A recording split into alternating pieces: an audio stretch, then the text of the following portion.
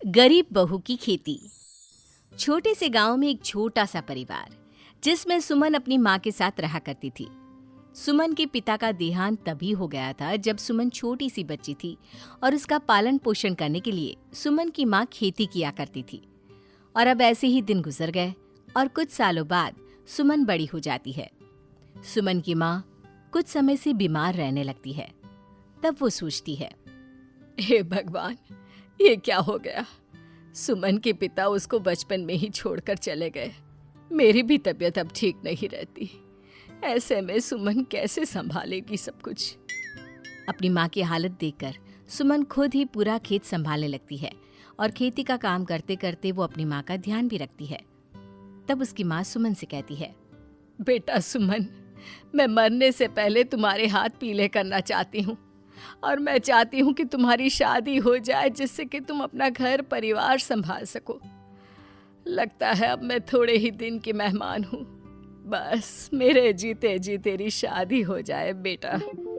सुमन अपनी माँ का कहना मान लेती है और शादी के लिए हाँ कर देती है। कुछ ही दिनों में सुमन की माँ उसकी शादी एक बड़े और काफी सुशील घर में करवा देती है।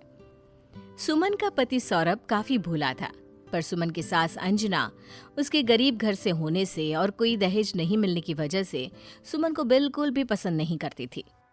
अरे आओ बहू, कहाँ हो? तुम्हारा काम आज के समय में खत्म होगा भी या नहीं? जी माँ जी, मेरा काम खत्म होने ही वाला है। बताइए ना, क्या काम करना है आगे मुझे? अरे इतना सारा काम पड़ा हुआ है और तुम मुझसे पूछ रही है कि काम क्या करना है? अभी तो झाड़ू लगाना है, पोछा लगाना है, फिर कपड़े धोने हैं, बर्तन धोने हैं। अरे सारे काम तुझे ही तो करने हैं।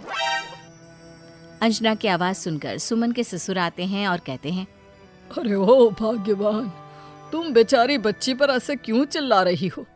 पूरा दिन भर उससे काम करवाती हो, कम से कम उसे कुछ खाने को तो दिया करो। अजय चुप रहो तुम।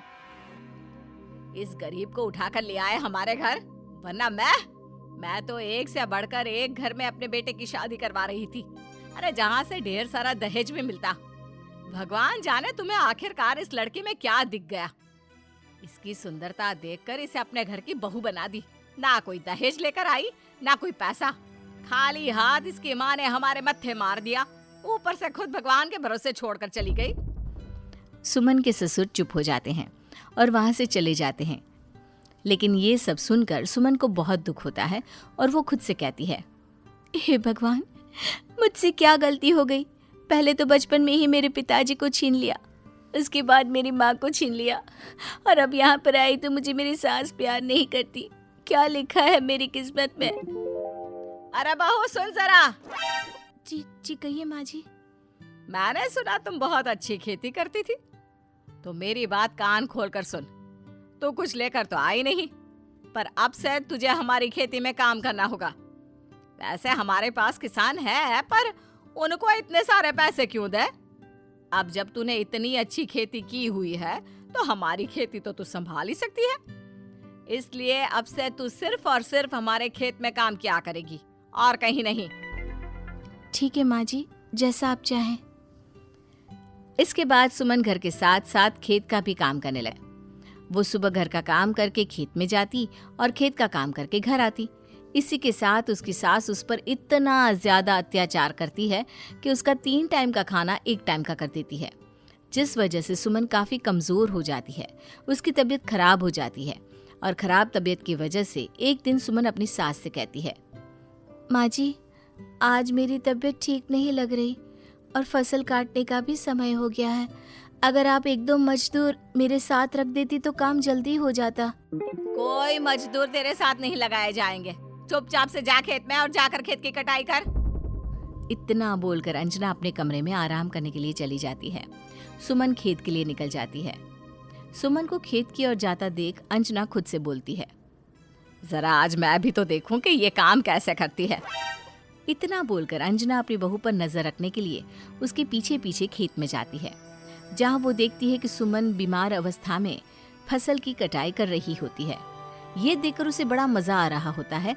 तभी एक बैल पीछे से आता है और अंजना को सींग मारकर भाग जाता है, जिसके बाद जल्दी से सुमन अपनी सास को उठाती है और गांव के लोगों की मदद लेकर उसे डॉक्टर के पास ले जाती है। तब पता चलता है कि उसकी सास की कमर टूट गई है और उसके बाद अंजना बिस्तर पकड़ लेती है। ऐसे ही एक दिन जब सुमन अपने खेत में काम करने गई होती है, तब अंजना को प्यास लगती है। वो खुद पानी पीने की कोशिश करती है पर नीचे गिर जाती है। तभी सुमन उसको थाम लेती है और अपनी सास की देखभाल करने लगती है। थोड़ी देर बाद सुमन के ससुर आते हैं और अपनी बीवी अंजना से कहते हैं, अंजना, देख रही हो तुम्हें अपने कर्मों की ही सजा मिल रही है, क्योंकि तुमने एक गरीब लड़की पर काफी अत्याचार किए थे और आज तुम्हें उसी की सजा मिल रही है। देखो, आज मेरी उसी गरीब बहू ने तुम्हारी मदद करने तुम्हारा हाथ थामा, तुम्हारी कितनी देखभाल कर रही है, घर के साथ साथ खेत का भी काम संभाल रही है। ये सब सुनकर और अपनी बहू की सेवा देखकर अंजना को अब पछतावा होता है और वो अपनी बहू सुमन से कहती है, सुमन बहू, मुझे माफ कर दे। मैंने तेरे ऊपर कितने जुल्म किए, कितने अत्याचार किए तुझ पर, लेकिन फिर भी तूने मुझे अपनी सास नहीं बल्कि माँ समान रखा, और बदले में मैंने तुझे क्या दिया? सिर्फ और सिर्फ दुख। मुझे माफ कर दे। नहीं नहीं माँ जी, ऐसा बोलकर आप मुझे शर्मिंदा ना करें। आप तो मेरी माँ समान है। भले ही मेरी माँ इस दुनिया में नहीं है, लेकिन मैंने तो आपको भी अपनी माँ समान ही माना है ना।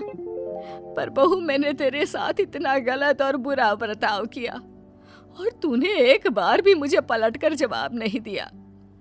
मम्मी जी, वो इसलिए क्योंकि मैंने आपको अपनी सास नहीं बल्कि माँ समझा है, और अपनी माँ को कोई पलटकर जवाब देता है क्या? ये सुनकर अंजना की आंखों में आंसू आ जाते हैं। कुछ दिन बाद वो ठीक हो जाती है और अब दोनों सास और बहू मिलकर खेत में अच्छे से कटाई का काम करते। अब तो उनके पास इतना अनाज और धन आ गया था कि किसी भी चीज की कमी नहीं रही। ऐसे ही सुमन अपने छोटे से परिवार के साथ खुशी खुशी रहने लगी।